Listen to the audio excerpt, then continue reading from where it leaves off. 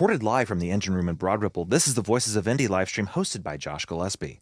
Voices of Indy is a show dedicated to giving you the opportunity to know the musical, visual, and theatrical arts of Indianapolis, Indiana. This week's guest is solo drummer, Jeff Winchester, and his bassist. You thought I was being joking about. He's not just solo. He's got a bassist with him. His bassist, Bill Gregory. Thank you guys for being a part of the show. I really do appreciate you coming out for this. This is so you guys come from different parts of the state, but you've been playing together for almost 20 years now. Yeah. Correct. We started back, man, it doesn't date us, but we actually have a moment where it brought us together. It was September 11th when everything happened. I had just moved back from West Hollywood, California at my attempt to go to Musicians Institute. Oh, my. Oh. Which California is super expensive. So I lasted very, very minimal time before my parents were like, hey, we're done funding this. Come on home. And I said, sure, that sounds great. So I had rolled back in town, and then I ran into a Denny's having, next to nothing. I was at a Denny's, and there was one of the guys that I knew from Indiana State University where I attended there. And he was like, oh my God, you're back in town. Like, we should totally hook up and play. And I was like, well, that sounds good. So I ended up going there jamming. And then Bill was there. And I was like, well, who is this guy? And he had, believe it or not, he actually had like longer hair and like this. He had hair. He had hair. I had hair then. It was still receding, but I had hair. It was awesome. And he had like this black leather trench coat that he used to wear. And I was just like, I don't know. There's something about this guy that I can vibe off of. And he's playing bass and everything. We did this like 2 times. And then, bam, we had a rehearsal that night, and September 11th happened. And that was like, it shook me, as it did a lot of people, obviously. Yeah. It shook him.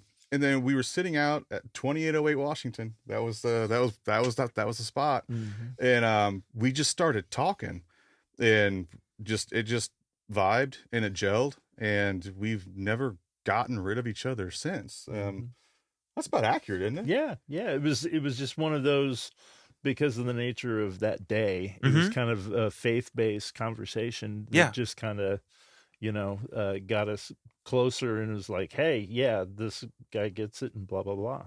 So that's so cool. It was fun, and like the more we played, there was this chemistry, and I was like, man, this guy, like, he doesn't just play, like, he plays the bass like a guitar. And I don't mean just obviously the bass guitar, but the way that he played it, I was like, that's rad. Like, that's really cool. That's some cool stuff. And we just started, I moved in, and then he shortly moved in afterwards. And then that's when it like, I was going to Indiana State, and then same kind of deal. The grades weren't there. And so I ended up, because of the band that was forming, I ended up just staying in town, and it was me, you, and the guitar player.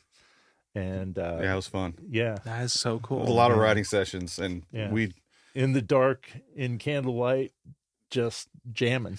I mean, isn't that how it's supposed to work?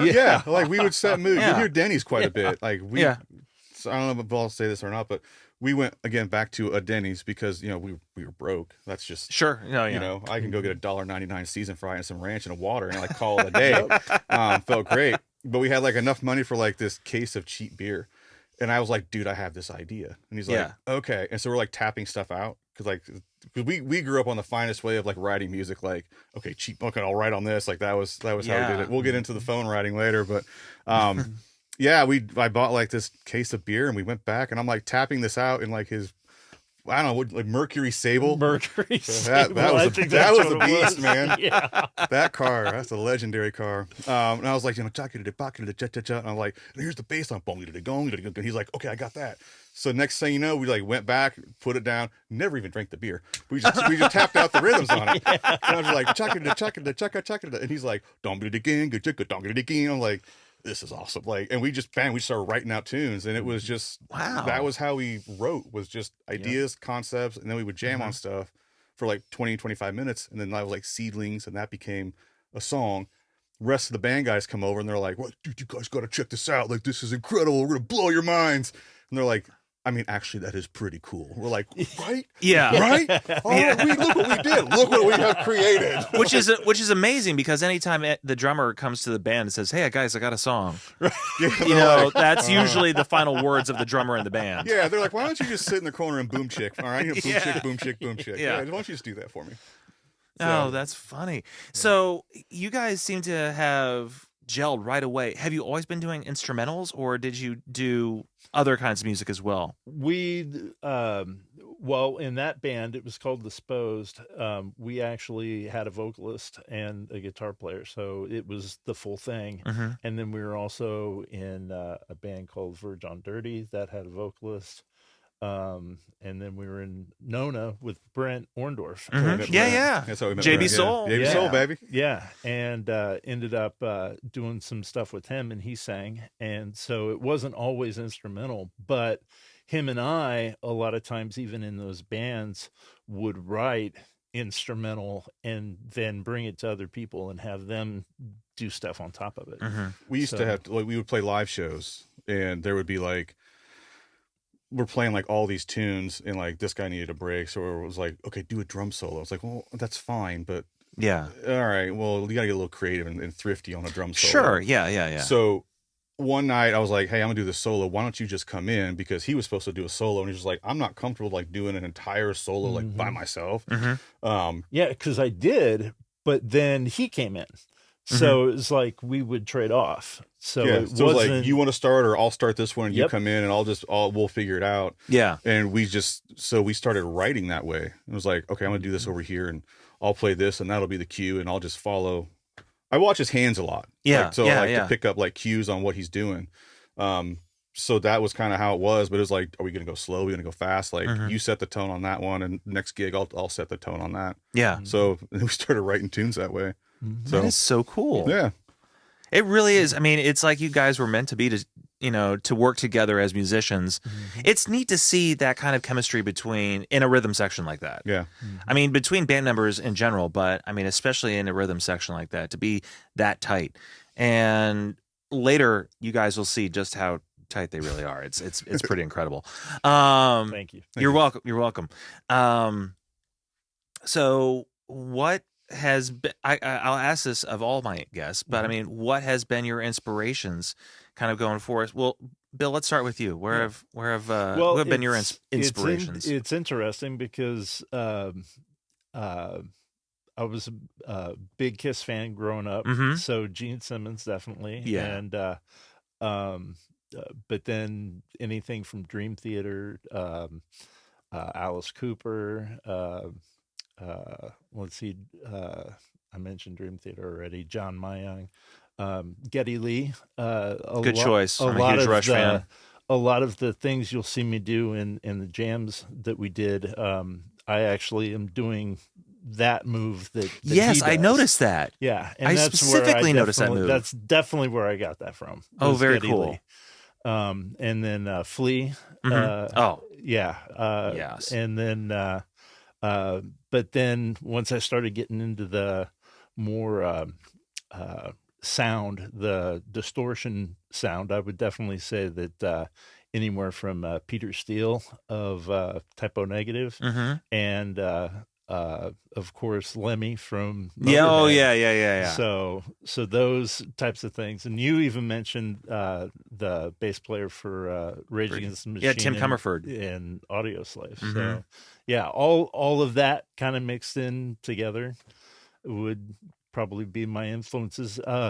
I'm also really like John Paul Jones as well. Yes. So all of that mixed together. Yeah. I can hear a lot of that mixture together. Yeah.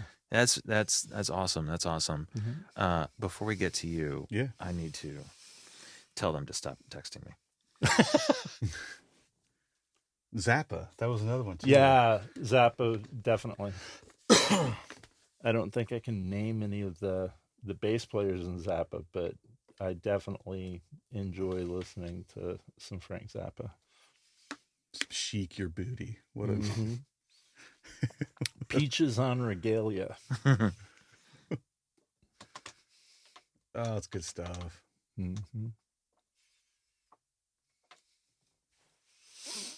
Man, I remember the first time I got my first Kiss album was Dressed to Kill, and I was like, this is awful. And I was so young. And then my dad gave me Love Gun.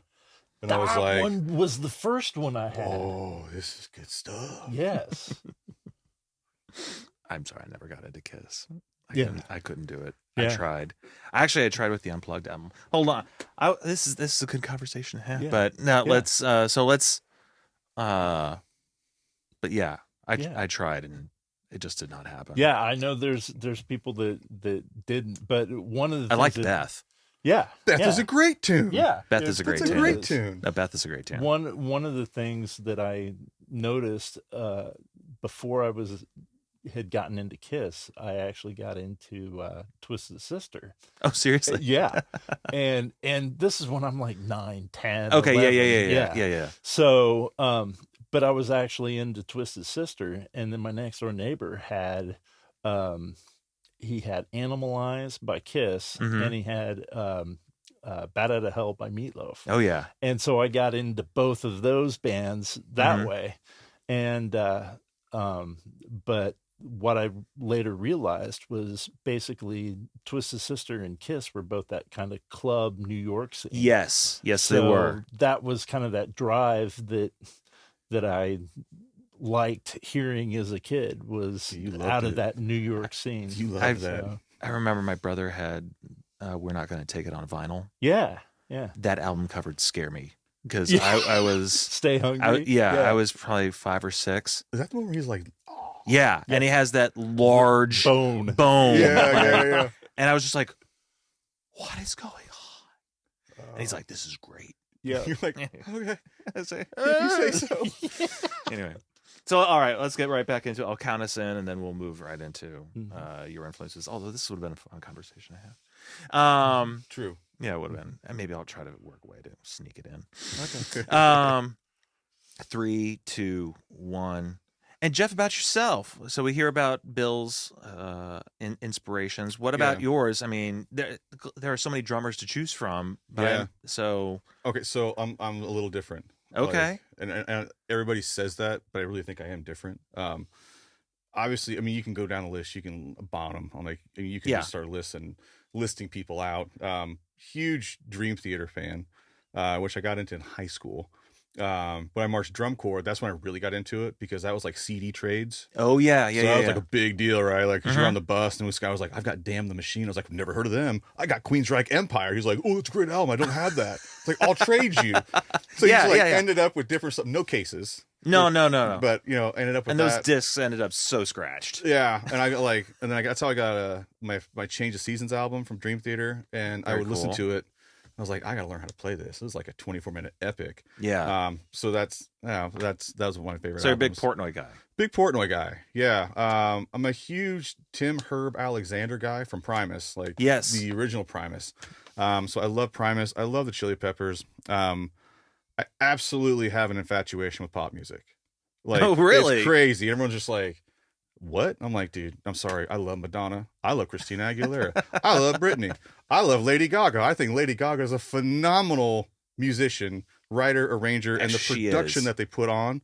If you they're phenomenal. If you go at Lady Gaga completely objectively, she's a musical genius. Yeah. She really is. Yeah, like they had an HBO special that she did, and I think my kids were like maybe 6 and 4. I think I was on the road when I saw that. Oh, it was fantastic, because I'm just like, she's like, rub that glitter and grease around, and I'm just like, oh snap, I didn't know. Like, I had no idea.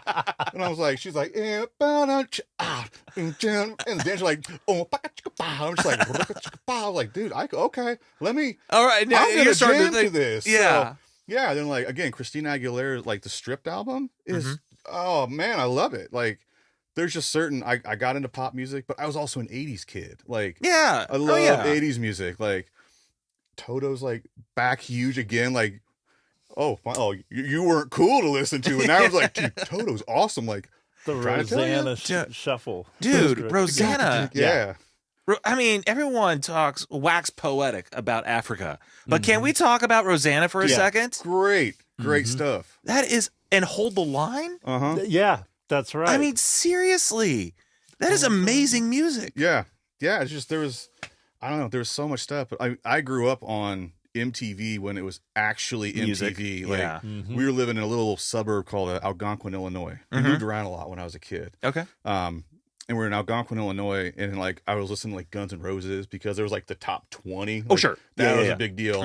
You know, Appetite Poison for Destruction. Yeah, so they had like, it was world premiere. And it was like, I had this friend named Steve Schulke, and he lived like way down the hill. And I was like, dude, I got to be home by 10 o'clock on this Friday because the world premiere of Paradise City is going to happen. So like it dropped, and I mean, you were glued, and you were like, okay, let me find some VHS tape just so I could record it. So Yes, you know, you just like record over anything. Karate Kid, don't need that one. Don't need it. Yeah. I gotta have my GNR. Yeah. You know, just that was how it was. But I grew up on that stuff.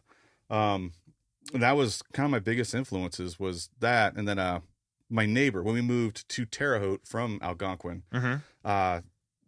It's funny because like it's all like full circle, like the way the world actually works. It's big world, small world. My neighbor was a guy named Matt Bullen, and I got into drums because Matt played guitar, but he had this white Ludwig drum set, right? Ludwig rockers. Yeah. That's what he had, and he's just like, okay, what we're gonna do? And I'm like spending the night listening to like Rat and Dokken and whatever. And he had like 3 strings on this guitar, but he's like, I can play this Poison tune. And this was when like Hit Parader was there and Circus Magazine, and you had like a fan club. Like, they would list them. So we're like, we're gonna record this on a cassette. And he's like, you play drums. I'm like, okay, I can do that. And I'm like, click, boom, you know, hit the cymbal and like falls over, you know. That was my impressive debut right there. And we recorded this cassette and we sent it to the fan club. But Matt got me into playing because he was like, you'll be the drummer. I was like, yeah, I'm in 4th grade. I know what I'm doing. No formal lessons. Yeah. And I talked my parents into formal lessons, and I started the lesson route, which is a small world. When I was saying that was because I met Matt knew Brent from JB Soul Blue News. So those two were friends, like childhood friends. Like we didn't know. Bill and I had been playing, and then we ended up going to a different band called Verge on Dirty, and we had a show down at a place called Rhinos down in Bloomington, and Brent was the guy down there. Well, Brent knew the 2 people in Verge on Dirty, knew them. He met them over in New York. So that's how. Yeah. And the whole time this we're all really in the same small backyard. worldish. So we met there, and then for some reason Brent rode back in I had this, I called it the stakeout van. This is what we had for work at that point in time. Sure. And it was brown and like no air, and it's no radio. Windows. Yeah. It was, man. Like you would expect like the antenna to be sitting up top going, boop, boop, we got information, intel right here. Like it was one of those vans. Like you didn't pull up to the gas station, people ran away from you. So Brent's like riding in the back. He's like, we should like get together and jam because like I saw you guys play. And we're like, okay. So we went to his parents' like place of business. That was why he had like his studio at the time there. Yeah, so like, heating and air. Yeah. So we were like talking, and then that's how we got connected with Brent, was because of those people there down in Verge on Dirty. And then I had the Matt connection, and then Bill was there. So we're like, this is just a small world because we never would have met Brent if it weren't for these 2. And he and I were like, well, what are we going to do? Because we're bandless right now. Yeah. So that was how kind of well, shook and down. I was actually, I don't know if you remember the band Dent. It was a local band that played at the Emerson. And, back in the 90s. And I was actually playing with them at one point, right around the time that we started playing with Brent, I believe. And See, I'm sure I've heard of you guys simply because I was listening to the radio all the time in high school, and X103 always had advertisements for the Emerson, and I guarantee you, I heard about your band then. Yeah. But that was just on those old radio ads. Man, the old Emerson days, like yeah. People say like, oh, I've been to the Emersons. Like you haven't truly been to the Emerson. You can walk, you know. You're like, oh, you're greeted with that nice fermented smell of nicotine and urine. Like you would walk in and just bam. Yeah, $7 here. Okay, cool. Like you would just take that. But yeah, I love the Emerson. It's a fun place to play. And like if you're on the outskirts of not Indianapolis, that was one of the bigger venues. You're like, it was. If you got to play at the Emerson, like that was a big deal. Yeah. It recently got bought. Yeah. I don't know what they're doing with it now, but I hope they keep it and do something with it. I think they are, but I don't know. I've kind of lost track of the news behind it, but I heard it did get bought because the original people who had bought it like moved it, but basically just took the name and took it west. Yeah. But they left the building behind, which I mean, can't blame them for that. Okay. But at the same time, I didn't even know about that. Yeah, so, yeah. But I mean, it's an iconic location. Yeah. For Indy's local scene. Yeah, and it was perfect because they had like a bar that was right around the corner, and like I was playing a band called Resurface, and we would rehearse there, which was great. And then you'd go around the corner and you'd have a beverage and you kind of come back. But even like show days, like you'd go there and have a show, and you're like, well, when do we go on? It's like 10:30. It's like, what time got to be there? 4. Yeah, like, right. Oh, this is a recipe for disaster. Like this has bad. And then like my wife, like we were dating at the time, and you'd go around the corner, and she's just like, $1 beverages. This is fantastic. I'm like, no, but go ahead and have a good time. Yeah. Like one thing, like about Bill and I, like a lot of us, like we don't use any substance like before we're gonna play. Like I might have a beverage from time to time, but sure, this is like business to us. Like we take it very seriously, not to this like point of like it's got to be this way, and I didn't write that note for you, and like not that level. No, serious. I hear what you're saying. Yeah, but if we're gonna do something, that's like we want to make sure mentally it's all clear, and we're capturing the moment of what we're trying to create. So that's I don't know. We've always kind of been that way. Yeah, we played a gig in Clinton last year. Yeah, and it was a festival that they had up there. Yeah, and they had a beer tent or beer garden or whatever, and they were asking, "Hey, do you guys want drinks?" And we were just like, "No, water. Yeah, water. That'd be great." And they couldn't believe it. They were like, "Yeah, wow, yeah, the geezers need some water over there on the side." Yeah, but then you guys get on stage and you wail. That was fun. Like we found out, so that particular show, we're coming out of the pandemic, like that, like that was their first festival back that they had. And Brent was gonna play with us, and we'd already done a rehearsal, and then he got a hold and was just like, "Hey guys," and it was like 2 hours before we're getting ready to load up. He's just like, "I'm sick. I'm trying to be precautionary." He's just like, "I don't think it's this, but it could be." And we're like, "Dude, we'll figure it out." So he gets there, and the place for rehearsal, I was like, "Dude, we're gonna have to figure this out." I just told him, I was like, "Don't worry about it." But like, what are we supposed to do? And that was a confidence builder gig because it showed that we could do, what we, do. Yeah. So just the two of us. Like the guy went on. He opened. There's another group. But it was like all like acoustic stuff. And I was like, oh man, this is either going to go one way or it's going to go the complete opposite, because they're all like, oh, they kind of like the country stuff, and like they like the cover stuff, and we're doing none of that. We got up there, and we're like, all right, here we go. And we just went, and like just from the downbeat, people were just like, what is that? Yeah. And I was like, well, that's this. Okay. I think they're clapping. I don't know if they're not. This lady's really mad because she's by my china and she won't move, but that's on you. I'm just like, oh, God. She's just like, it's so loud. I'm like, there's seats everywhere. Like, you sat there. Don't look at me like that, girl. But yeah, then we started, and then we did an improv jam. And people were like, what was the name of that third tune you played? We're like, we have no idea. We just made that up. Like, we don't. We had a roadmap not only for like tunes that we did, but we had a roadmap for the set list to where it was like, we're gonna just jam here, and then we'll go communicate into that other one. Like that meant something, or like kind of like this move over here, or, not like pull my ear, rub my nose, like steal second, sure. But like we would have cues that would be put into, if this happens, that means this, or if he needs something, it's like I need you to fill it. Yeah. So it was just like, all right, I'll just fill in some time right here. He's got an electronic issue, or he's got something going on, and then he'll just do all right, cool, we're back into it. Let's take it from the top. 1, 2, 3, 4, go, and just go. And we got done, and the guy after us, they had like a little cajon, and he had like the guy that got acoustic, and and they're super nice. And he was just like, dude, how am I supposed to follow that? I was like, no, I mean seriously, how is it's he? not a competition, man. We're cheering for you too. I was like, that's just kind of we just do our thing. Do what we just do. what we man. do. Yeah. Yeah. Oh man, And that's what makes it fun. No, it is what makes it fun. Uh-huh.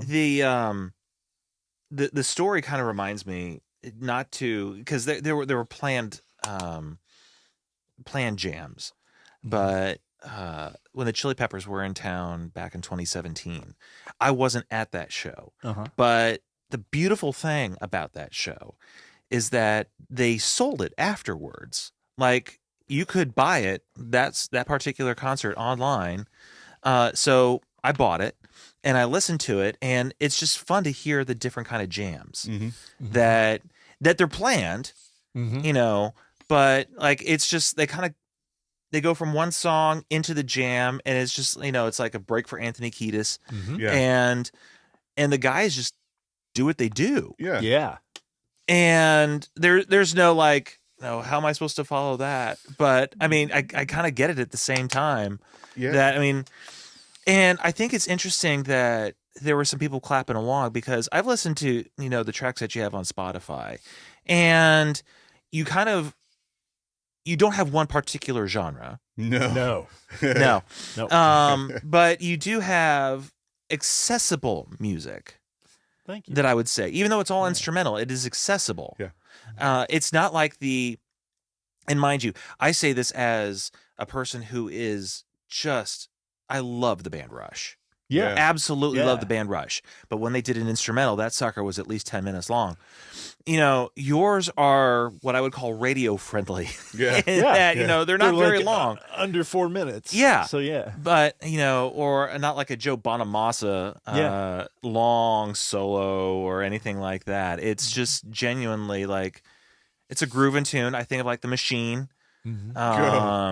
Which is, that's a good story on that one too. So what's the story about with The Machine? So The Machine, which is a great song. Check it out, by the way. Spotify, YouTube. Check it out on services. Yes, check it out on Spotify, and also check out the video on YouTube. Look up Jeff Winchester drums when you do that. Good stuff. Thank you. You're welcome. So I think of weird stuff because I'm wired that way. So I had this, you know, little phrase lab, and I'm recording stuff with it, and I'm coming up with different sounds. I was like, okay, I'm going to start it here, and I'll do this. And like a little droney, I want a drone sound. Like I wanted like an air raid sound, or like a tornado siren. But I want to slow that down. It was like all these different sounds kind of going on. It's like, I got home, I was like, I got this futuristic, like Matrix idea. And he's just like, okay. Instantaneously, like, right on. Okay, right on. I was like, right on. And the thing is that I was messing around with this guitar pedal. And I also played guitar. Obviously, on The Machine, I played the guitar and the bass. Okay, very cool. And but I was messing around with this like Tom Morello type of sound. And so it was a whammy pedal. And it wasn't a wah, but it was a whammy. And instead of doing it, you know, here, you're doing it with your foot. And I had been messing around with that about a couple days before that, and made my own sound on this. I think it's a Boss. But at any rate, he calls me up, tells me about this, and I'm like, "Oh, I've got the perfect sound for this." For this idea you have. So we go through some stuff, and then I'm recording it at the Break Room Studios, which is Brent's location. So he's got all his own stuff. It's great. And I was like, on this one here, I want to hear, like, I'm thinking like a rock being thrown in a cave. And he's like, what? He's like, yeah, that's the sound I want to hear. Some wind being blown through this cave here, and I want to do like the old dial up. Yeah, I was noticing that. Yeah, and he's like, you just sit around and think this stuff up? I'm like, yeah. You don't? He's like, no, I don't. And I'm like, well, I do. So I think that's I'm with fun. you. I would think of that. Yeah, I was like, and I want to take it from like 50 BPM, and I want to take it up to 160, but then we'll drop it down at the very end. I want to speed the whole thing up and take it up to 300 beats per minute. And Bill was like, you want to do what? He's like, I don't know if I can go that fast. And I was like, no. I got it all. It's all up here. I got it figured out. So we get in the studio, and I'm like, recording it, because there's just like this crazy drum fill, like solo-esque portion, and Brent started, in my defense, Brent started the yelling part here. And this is because this is where it goes. This is where the crazy part goes. Tune in because it's happening right now. So I'm doing this take after take. He's like, no, you got to do more. And I was like, man, he's kind of like frustrated. Like, no. He's like, just think like fast. And I'm like, that doesn't tell me anything. Like, there's no musical value or reference. I'm like, are you thinking 30 seconds, 64? He's like, it's got to be fast. It just, I'm going to do more. Now, and extend it out. And I'm like, take after take after take. And my hands are like, that might be the last take, my friend. So I'm like, I'm just like, I'm hurting. Yeah. So he's like, keep going. And I'm like, okay. So then it comes time for Bill, and he's like recording the whole part, and then like the end of the track comes, and it's just like, it's just chaos. So he's recording it, so I got to take out Brent's frustration. I got to take it on Bill. They're both in the room. Yeah. And they're all yelling at you going, faster. Yeah, so he's sitting here playing, and he's like, boy, and I'm like, they're like, don't stop. Don't you stop. Don't you. And he's like, okay. And meanwhile, the whole time, I'm using that pedal that I was telling you about. Yeah. He's chasing around like a laser beam with the cat. Because I'm chasing it across the floor because it's not grippy. Yeah. And so I'm going like that. Yeah. The whole time going. And he's going, don't stop. You get it, you blah, blah, blah, and you this and this. And he's sweating and boom. And I put my foot and I was like, bam, stop the pedal. And he's just like, thank you. And we get done and Brent's like, I think we got it. I'm like, that sounds good to me, man. Wow. And that's what you hear on the machine. That's the aggression. That's the stuff. Like, if it's really gritty, like in the end, like that was the story behind. Like, that's why that sound was captured that way. Just that end and the chaos and the like all the chaotic stuff going on. It's just, you could just feel that. Like, okay. That was my favorite part. Okay. Well, you're about to play a couple songs for us, the two of you. Tell us a little bit about the song Memories, which is the first track that you'll be playing for us. Yeah, Memories.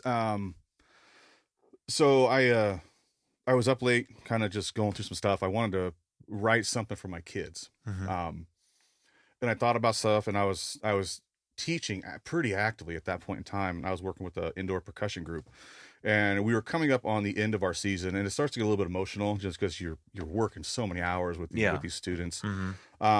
And my daughter, that was her first year. She was part of that group. It was always a tradition. I would see her before a show, and we'd hug it out, and we always checked in. Like, I was always being the instructor. Like, she's there, like, check in. It's cool. And I just got to thinking. I was like, I want to write something about from when my kids were born to where they are now. Yeah. And so I closed and I thought of that. So, like, when I was writing it, that's what I was thinking was my kids and the steps and the walks and, the hospital visits and the tumors being removed from their young body, like just things that they've gone through and that, my family's gone through. Like, Memories that's what Memories was. And then you get the bass stuff, and then you get the keyboard thrown in, and that's why there's like the rain and the thunderstorm that's like on the recorded version. And then like the artwork was actually freehand drawn by one of my students. Oh, really? And a parent caught a picture of my daughter. Was like, she had a really cool show. It was what we call a good run. Yeah. And I came up behind her and I gave her a hug, and someone caught a picture of that, gave it to that student, and then at our banquet he gave me that, and which I of course cried because I'm an emotional guy. Yeah. And that became the artwork. So I asked him, I was like, can I use that? Cool. Because that's what he didn't know the song. Yeah. It hadn't been out. So he was just like, yeah, absolutely. And that became Memories. Wow, that is incredible. Well, we are going to take a break, and we're going to listen to that track and more from Jeff and our guest. Wow. I just completely blanked.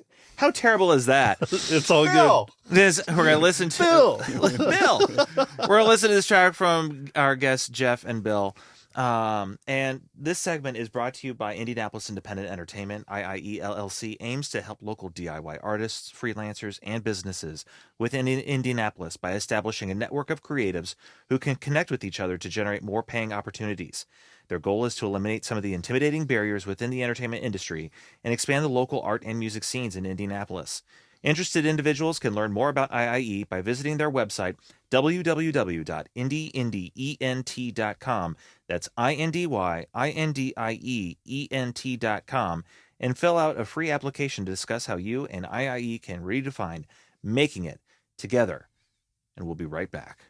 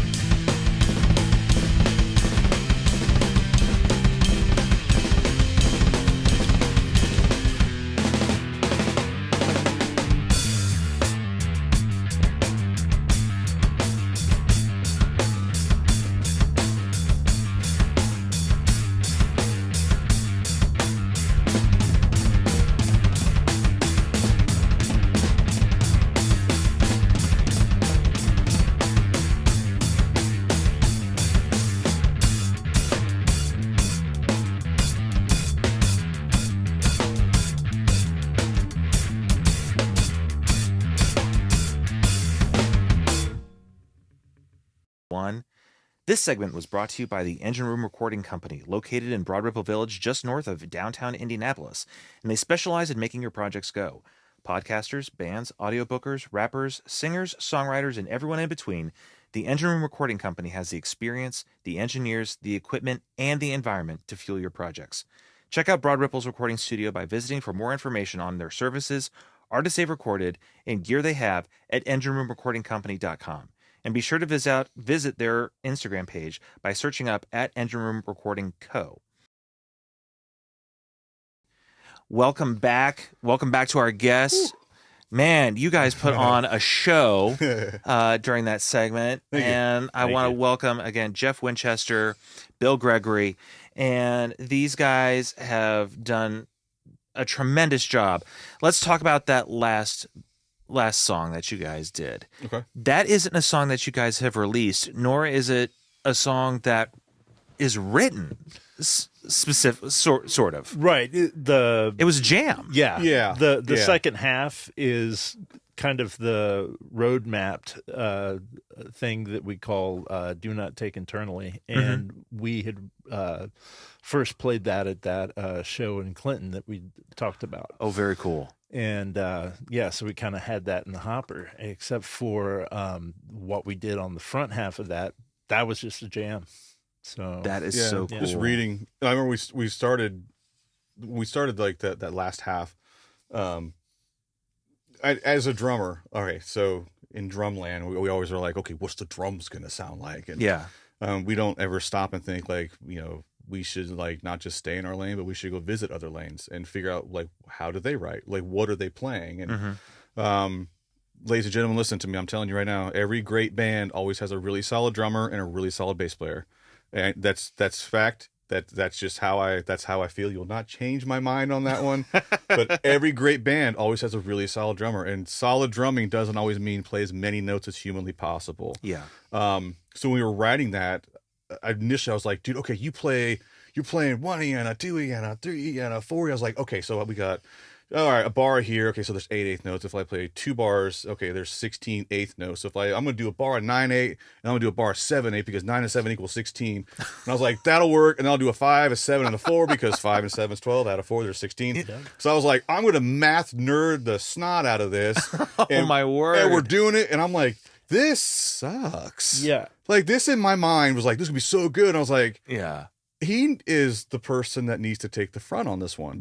I just came up with that melody of that chord progression. It just kind of came to me at one of the high schools that we were rehearsing at, and it just came to me, and it just made sense to go that route. Yeah, so I was like, I'm pulling that out. Like, I thought it would go this direction, and that's the beauty of music. Like, is trying. Like, you don't know until you try it.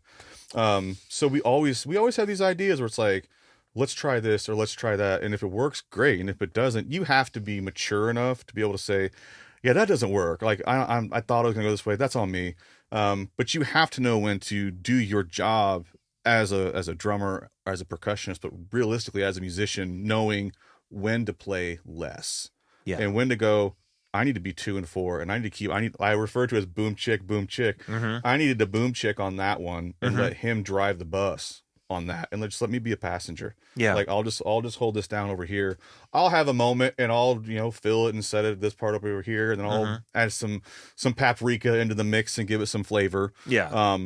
But that intro part is like, it's just like, again, watching, like, we played enough times. I think what's going on in that beautiful mind of his. And then you can usually tell, like, he'll get like a little facial expression. It's like, oh, he's going to do something tasty right here. Yeah. Because I can see that those eyes, and he'll get this little smirk. Yeah. And I'm like, here it comes. Okay. Yeah. I don't know where he's going to go with it, but that's how that whole thing worked. It's reading a lot of body language, it sounds like, from you guys to know how to read each other and know when to come in and when to step back. Yeah. Sometimes too, it's a counting thing where if it's a cue to like end or go somewhere else, Jeff will sometimes Yeah, and, it's me hit drum. You know? Little caveman look like 1, 2, 3, 4, boom, and like okay, we're gonna turn it or we're gonna end it here, or whatnot. But again, a lot of it's just because the chemistry is there. And you guys haven't played together for so long. Yeah, and another thing too, like when we went into that whole chonk, conk, conk, conk, one of the biggest things, I mean, again, we went back, it's like, oh, I could rip a solo section around these 1, 2, 3. I'm like, no, there's the beauty of this thing called a quarter note. Yeah, no, the simplicity of the song. The simplicity of a quarter note is beautiful, which I know in some of your stuff, there was, I can't think of the track, it's the second track on your Spotify, that it has a quarter note riff in there. It's a little quicker. But it's like, I should know this. 1, 2, 3, 4. I was like, man, that's the power of the quarter note right there. Like, just driving pocket, like, is beautiful. Well, thank you. Yeah. Thank you. I wish, was that Maybe It's Time? Was it? It wasn't Wake Up Dead. It wasn't Wake Up Dead, man. That's the one he played me, and I like that one. Yeah, and then I played the second one. Yeah. That's it on the track, I don't know. Kind of like a little Paramore vibe to it. Well, thank you. I'll take that. Yeah, it was good. It was really good stuff. No, yeah, he was like, man, it's kind of like, it was like college rock, folk rock, rock. Mm-hmm. It was like, it was all kind of, it was all of my inspirations. I mean, if we're being honest, like, so it's like, I feel like when an artist puts out their first album, especially if they're older like me, then it's just going to be one giant take of everybody who has ever influenced you. Yeah. And so there you will get REM, which is your college rock. You'll get your Foo Fighters, you'll get your Rush, you'll get your Tom Petty. You'll get some of the folk music that I've liked. And it all kind of comes in together to form one album. That doesn't sound anything alike, you know. But it works. It flows. Yeah, it totally does. You mentioned Better Than Ezra, I think. Yeah, and I'll take that too. I take that. And actually, the one that was the big one that I mentioned was Toad the Wet Sprocket. Yeah, Toad the Wet Sprocket. Yeah. Interesting you mentioned that because I have a single that I am working on of a cover of their song "Fall Down." Cool. Nicely done. Yes, and it is. I can't say when it's going to be released because I'm honestly not sure yet, but it will be released, and it is a completely different take. Cool. Than their original number. Cool. It's like done halftime. Yeah. Okay. And I was actually able to get their former drummer, I guess is now the case. So their longtime band drummer retired because of back issues. And they had a touring drummer who had been touring with them for a number of years named Josh Dobbin. And he was actually a signee of my brother's. Nice. With Drum Pickers. And so I got to know Josh a little bit. Saw him perform with Toad the Wet Sprocket a couple of years ago at the Vogue. And I asked my brother, who played drums on my first album, I said, would it be okay? Because I didn't want to insult him. Right. I was like, would it be okay if I asked Josh to play on my cover of Fall Down? He's like, oh, no, that'd be great. Just see if, go ahead, ask him if he'll do it. And he did. He does such an amazing job to the point where he wrote back, he's like, I think I actually kind of like this version better. Yeah, nice. That's cool. That's awesome. That's awesome. Very cool. And he's no longer the touring drummer for Toad the Wet Sprocket. No, but that's not why. That's not why. Right. He just got a better gig with a country band. I did a stint in the country band. That's so, what. Yeah. So that I heard about that. Tell me about. I mean, we're talking a lot about Jeff's work here. Like, give me a little bit about your history. No offense, Jeff. No, none taken. Nah. This is a beautiful story. So tell me about your story. I just got to the point where I wasn't in a band, and I was kind of frustrated with not getting paid very much. I can understand that. And so I was like, I'm just going to move to Nashville. And it was, at that point, it was like Nashville or California. Mm-hmm. And I went to Nashville, and within 2 years of being there, I found a band and went on tour about a year later. And so 2011 and 2012, we ended up touring the U.S. And wow. the band was called Curtis and Lucky, Mm-hmm. and you can actually find some stuff on YouTube still. Of you in the band? Yeah. Nice. And but we ended up opening up for Little Big Town in That's a big Denver, and we opened up for Big and Rich in California. Wow. And Joe Nichols and Lone Star Mm-hmm. in like Nevada. And so yeah, that was kind of our claim to fame. And we even had a song in a movie called Unconditional, and it was called "Honk of Your Country," and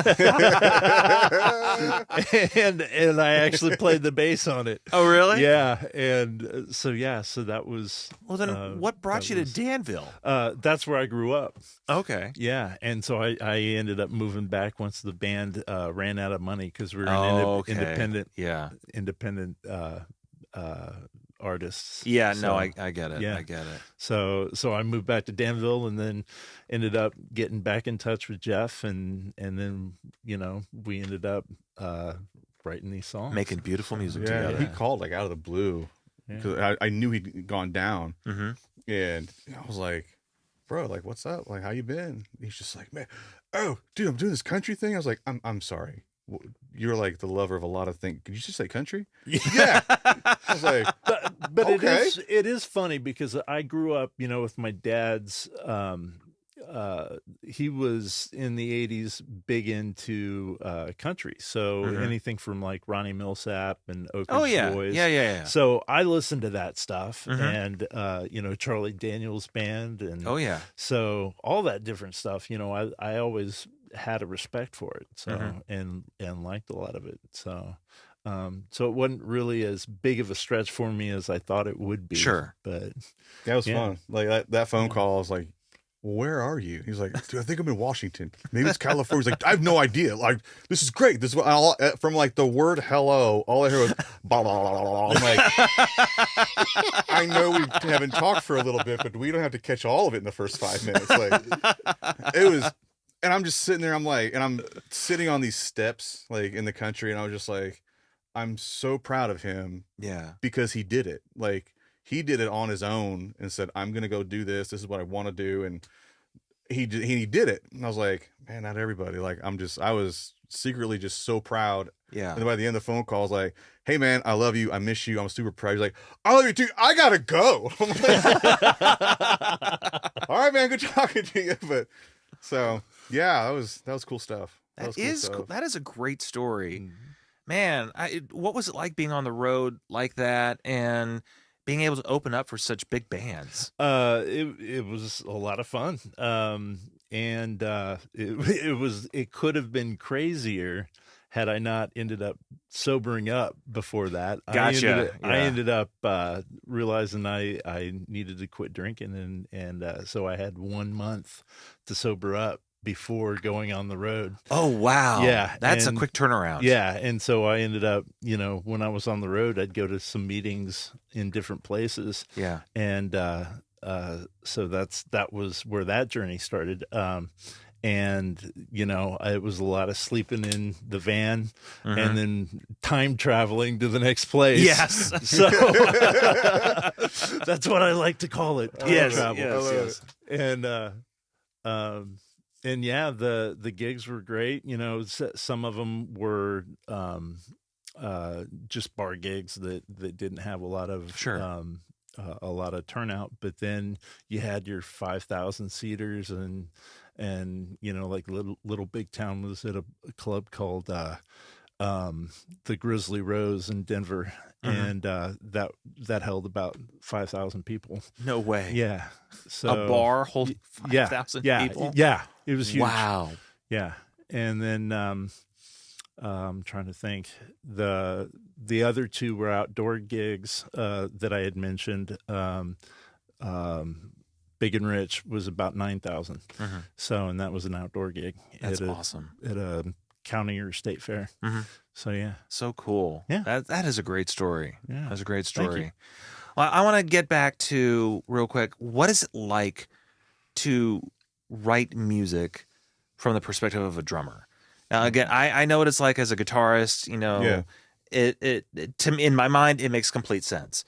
But you're using an instrument that just it's like boom bop.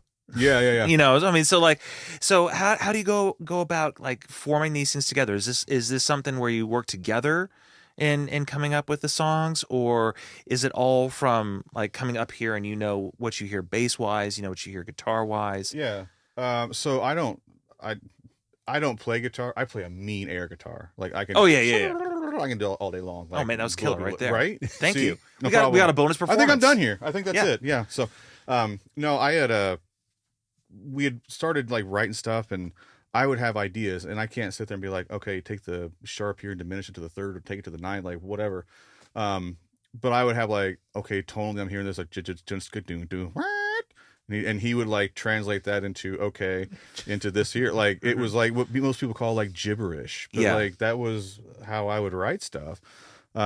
Is like I'm hearing this here, and then like when you would put people in a room, because I have a jazz background. Yeah. I have a drum corps background. So I had concert band, wind ensembles, full orchestras. So I hear a lot of those elements inside of music. I just can't tell you it's this here or this here or this slide position or whatever it might be. But I know what I hear, and I'm able, thankfully, because they tolerate me, I'm able to explain in my mind, I'm hearing this, or if we chunk this down, or what if you did a bass slide going into I appreciate that so much, because working with Jeff is the first drummer that's actually been able to communicate melodically. Yeah. And so it gives me ideas. Very cool. Yeah. So you guys are really kind of fueling each other. Yeah. Like absolutely. you come in with the germ of the idea that has some sort of body to it that you know what you're going for. Yeah. But you're able to explain it in a way that a musician understands. Yeah. And there's absolutely, like from a rhythmic standpoint, like our job, like as we're playing, is you guys have like bridges of verse, chorus, and we'll do this over here, and our job is to, number one, keep time. Number one, always keep time. Number two, write, play, and perform for the song. Don't just stick your chop in for chop's sakes. And so that's a very drummer-esque way of looking at things, and not a musical way of looking at things.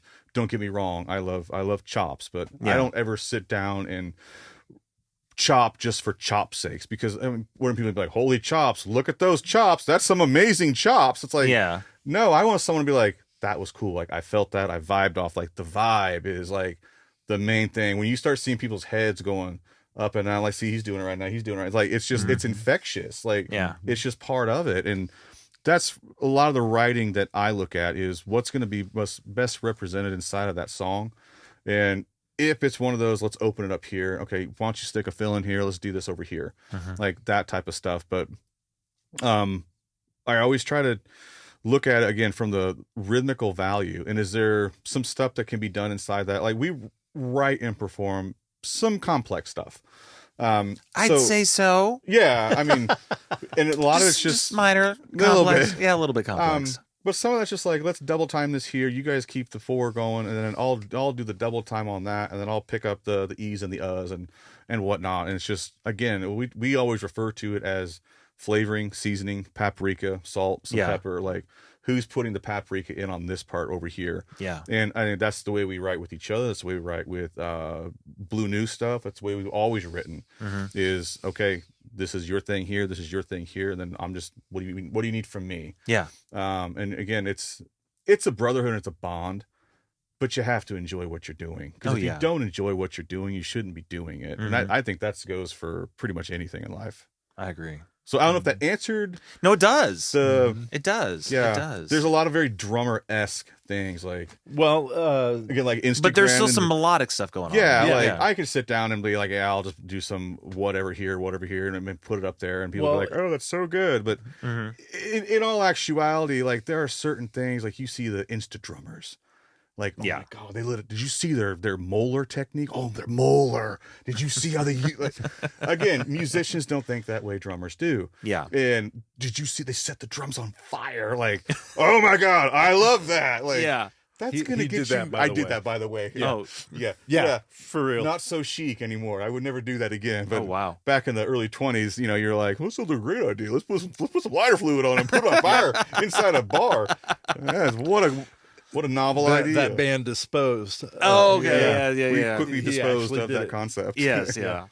But we do a lot of writing, and there's we wrote stuff where it's like, okay, I hear a break drum and I hear this random metal piece. I'll hit it with a wrench and give me a wooden box and let's break a bunch of light bulbs and glass. So I got some chains and here's a sound that we're going for. Like a lot of it's also very percussive oriented. I'm hearing these percussion elements and we need a gong, we need some triangle. Like, believe it or not, the triangle is actually pretty cool. No, it is. But just different. How many sounds? I like to paint in reds and purples and greens and orange. I don't like just to paint just black and white. So I try to get out of that box and just think again from if I were listening to, like, what would I want to hear? And if it's just straight ahead stuff, I'd want to hear straight ahead music. Yeah. Well, and speaking of painting in different colors, I would say you did that on Hero. Hero was one where we were able to actually get outside of the regular 4/4 straight ahead. And he was taking a lesson on 5/8. I was taking a listen on 5-lits from Annika Niles. Okay. Who, if you haven't checked her out, she's crazy good. Like, it's like jazz fusion rock funk. She's like next level. She's insane. Wow. One of her biggest influence was Picaro. Like, yeah. Just always talks about him. But I was taking a virtual lesson with her, and she's like, "What do you need to work on?" I was like, "I'm fine on 5/8. It's 5-lits, and the 5-lit application of playing 5 notes per quarter note inside this on the drum set and moving it around. I can play it in this here in the beat, but how do you move it around?" Because I would study. I was like, "How does she do that so fluidly and just effortlessly?" Like, she was just so good. It's 5s, 7s, and 9s inside of a quarter note. Yeah. And she was like explaining it and breaking it down. So I was like, I need to nerd how to play 5-lits around things. Yeah. Because, even at, the spring chicken age that I am, of course, we're all spring chickens. Of course we are. I'm still a student of the game. Yeah. Like, I'm always trying to learn something. So I brought, okay, let's do some 5/8 here, and then we'll do some 6/8 and mix it in. So I want to do like a grouping of 11, but I was like, let's just break it down in 5 and a 6, because 5, 6, there's your 11. Yes, there's your 11. And so he talked about this part here, and then again going back to the power of technology, because he still had the slider rocket phone at the time, yes, with his 15 minutes of connection charge. So he would play stuff. We wrote over the phone, and when people are like, "Oh, did you do it via Zoom or what, like Google Meet?" Like, no, like, we wrote it over the phone. We 84'd that. Like, we went back to the Stone Age of our youth, and that's how we wrote it. And he came up, he's like, "Well, I got this idea," and so he's playing this. Yeah, because I had heard that he had done, that 5-lit study. So for whatever reason, I thought of a thing in 5/8, and I was like, I have something. So I played it for him, and he was like, "Okay, record that." So that's what I did. And so he recorded on his wife's iPhone, because I was like, "Hey man, we're still in that post-pandemic thing." The studio was like, "If you guys want to come, that's fine, but I prefer one at a time." Just because we're trying to be cautionary. Everyone's got families. And so he recorded. I was like, "Just record your part to a click track on your wife's phone, have her send it over to me." So she sent it via like Facebook Messenger. Yeah. I was like, "I'll take that into the studio and record the live drums to a click track on an iPhone."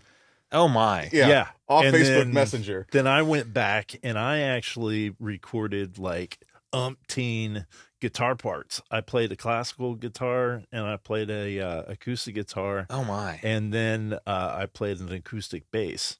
I've got a Boulder Creek acoustic 5-string, acoustic electric.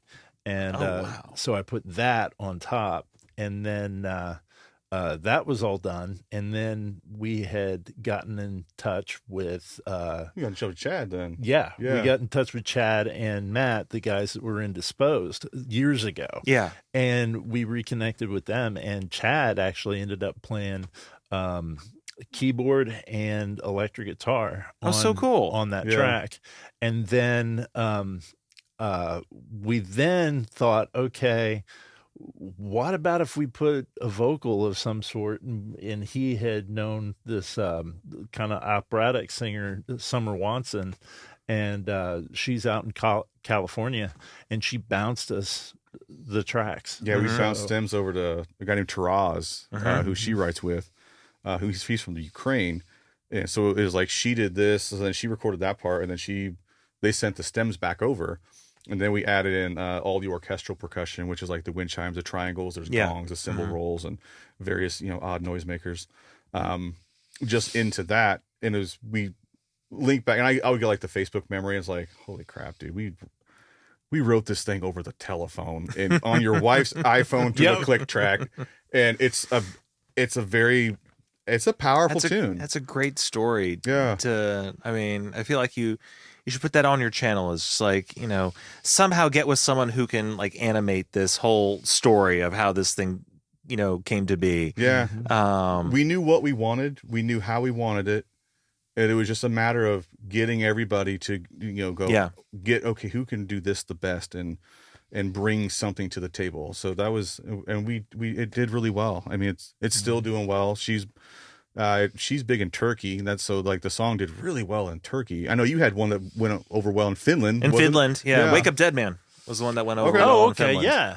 Cool. Understandably why. Yeah. It's a good tune. Thank you. Yeah. It is.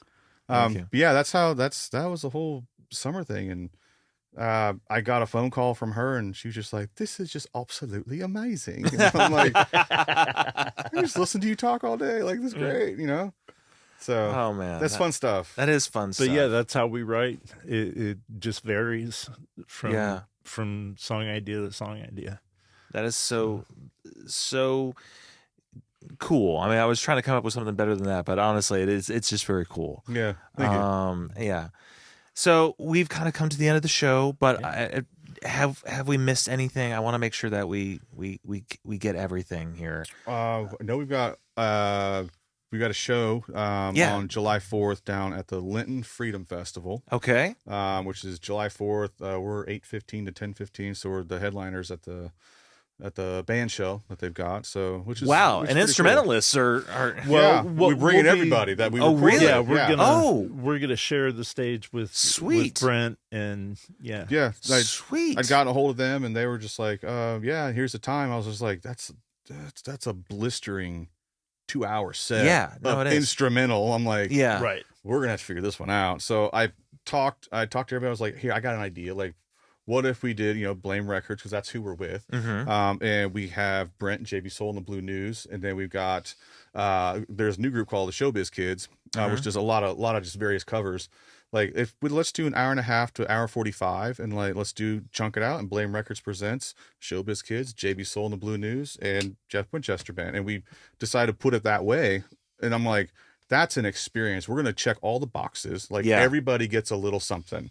That's great. And it's a huge, huge festival down there. Like, just the parade itself, which I was like, why am I talking about parades? I was like, oh, because I'm in my early 40s and that's what you do. But they bring 40,000 people to this little right in Linton. In Linton. Yes. And I didn't believe it. The lady told me, I was like, and I Googled it, and I was like, holy crap, it brings 40,000. And then he sent me the link that he found on Google. I was like, dude, if we get 1% of these people to show up, that's a great draw. That's a fantastic draw. I was like, what tremendous opportunity. Like, so wow. Yeah, so we're that's the next show coming up. It's hard for us to book because we're such a niche thing. But we're comfortable in our own skin to know, if you're looking for top 40, that's not us. If you're looking for this, it's got to be this. That's not us. We're not your group. But if you're looking for something to fill in this and go, what was that? We can do that. Yeah. We can do that. And people really should be checking you guys out because your music is accessible, very accessible, and very good. Appreciate it. I really do enjoy it. Thank you guys. Thank you, Jeff Winchester. Thank you, Bill Gregory, for being a part of my show this week. Next week, we will have Sounds of Shirey, Terry Croney. Looking forward to that. Should be, again, doing something different. Yeah, man. And looking to be stretched. So join us again next week. And we'll be back. Bye. Dude, that was awesome. Thank you.